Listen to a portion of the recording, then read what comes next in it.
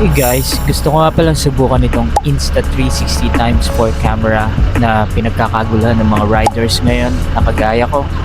Balita ko kasi may mga features ito tulad ng 360 video capture, flow state stabilization or AI editing na talagang useful sa mga tulad nating mga mahihilig sa motorsports.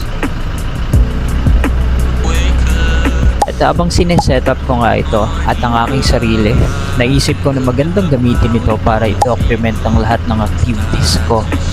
I mean, hindi lang basta nakikiuso, di ba? Kundi na i-document mo pa ang mga nangyayari sa kasalukuyan na pwede mong balikan pagdating ng araw. Lalo na kung disabled ka na, di ba?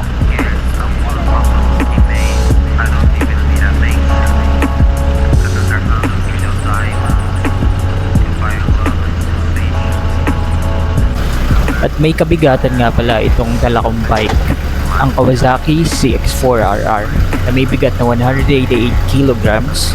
Kaya kung mapapansin nyo, hindi ako nagpa-park sa motorcycle park. Hindi dahil entitled ako na naka-big bike, kundi mahirap talagang dalhin or hilahin pabalik-balik, lalo na kung kipitan kayo sa space.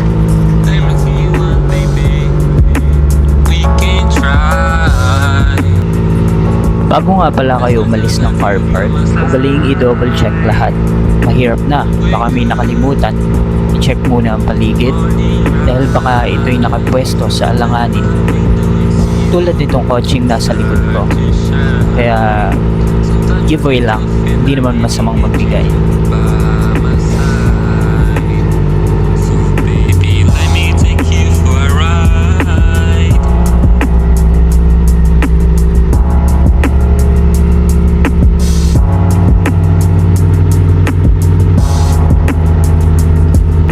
Ayan, mukhang okay na lahat. Wala na tayong nakalimutan, wala na tayong kailangan gawin. Samahan nyo na lang akong lumabas dito sa SM and samahan nyo ako mag-rides pa uwi.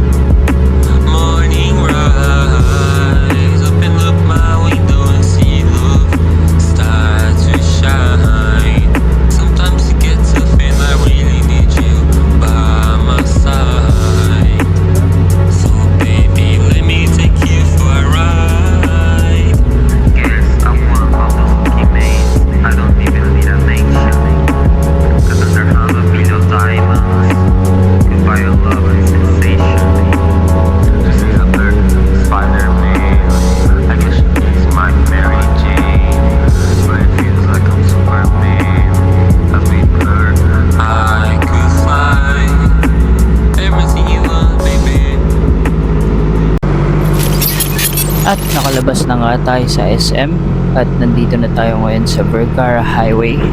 Reminder lang, ride responsibly at huwag niyong tularan kung ano man ang makikita niyo dito sa video na to. Sabi nga nila, we don't multiply, we fly.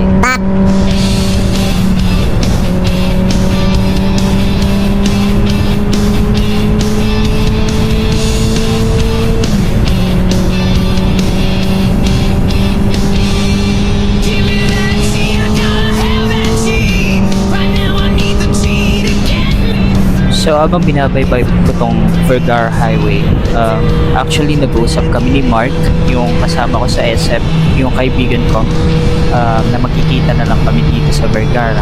Pero mukhang nauna na siya, so kailangan natin konting bilisan siguro.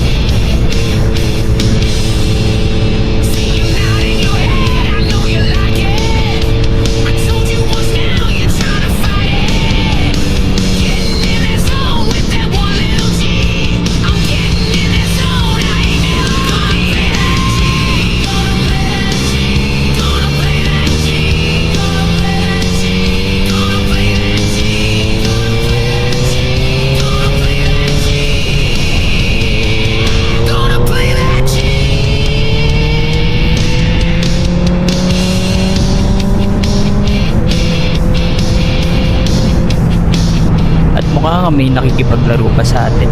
Pero chill lang muna tayo kasi hindi tayo sure kung malinis yung daan. So, huwag muna masyadong magpatakbo ng mabilis. Medyo lang.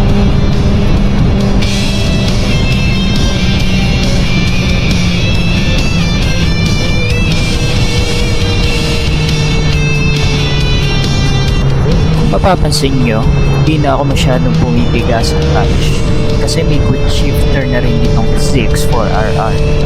Nakakatuwa lang at nakakakilig yung tunog niya, lalo na sa mga kagaya kong big bike lover. Sheesh.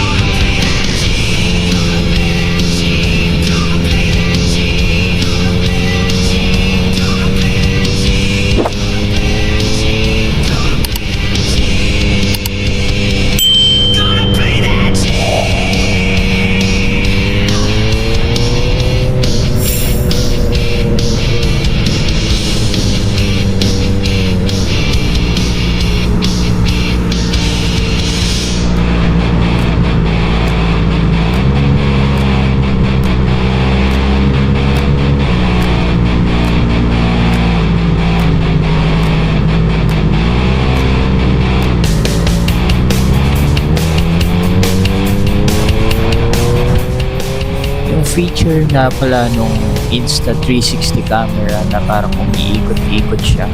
Magagawa mo lang siya kapag ine-edit mo yung video. So, bali merong studio or editing studio na may option doon kung paano mo siyang i-rotate. Select ka lang ng keyframe. Parang minamarkahan mo siya. Ganun.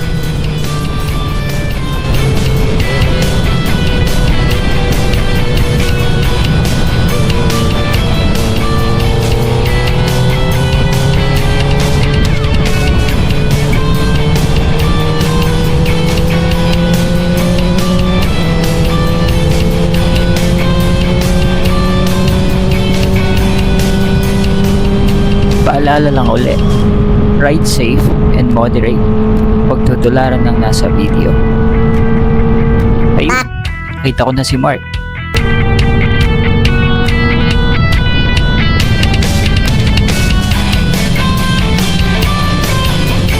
Tingin lang kayo sa malayo kapag medyo mabilis na ang takbo nyo. Laging advance mag-isip para hindi tayo ma-accident. At kung may nakikita na kayo sa malayo na posibleng humarang sa daan nyo, spotting nyo na kung gaano pa kayo malayo. Gamitin ang downshift, menor, at brakes pag kailangan. Huwag busina ang unahin.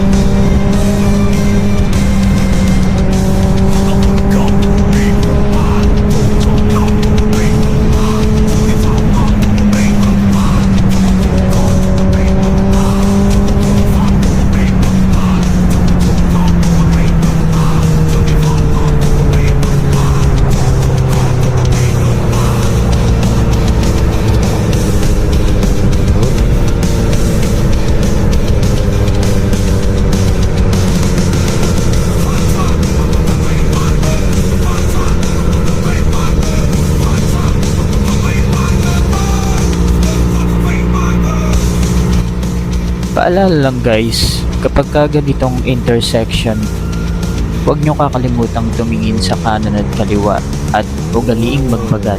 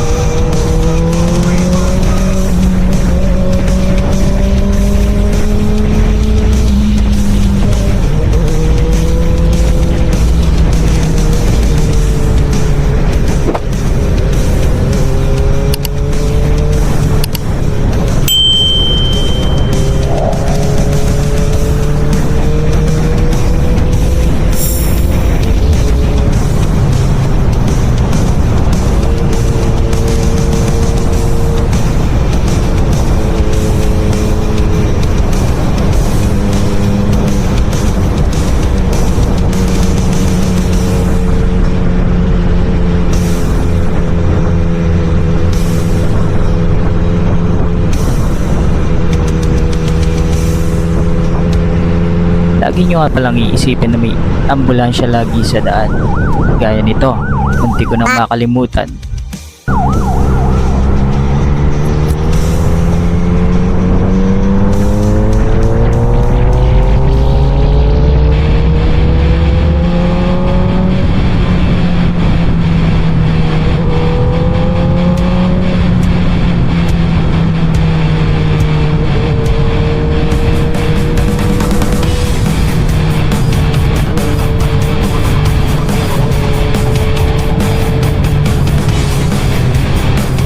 Kung mapapansin nyo, may kabilisan nga akong magpatakbo.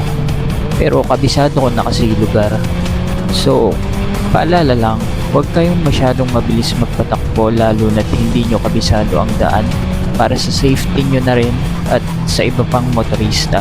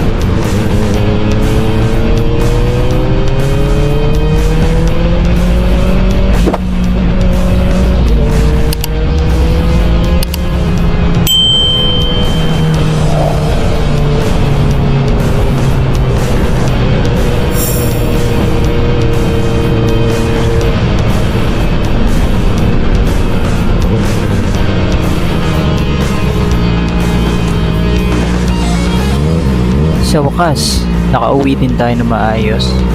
So, yun lang. Advice lang, huwag magra-rides ng puyat, nakainom, at kung ano-ano iniisip. Laging advance mag-isip at laging advance ang vision. Yan lang, kita tayo ulit sa susunod na rides.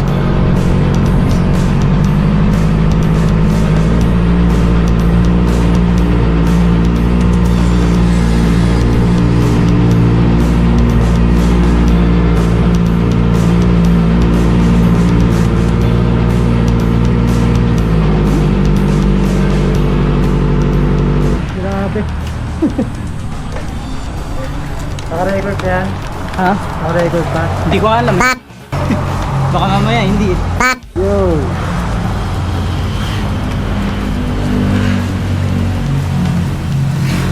moment of truth. Mahilab-hilab. Oh, mahilab-hilab. Mahilab-hilab yan.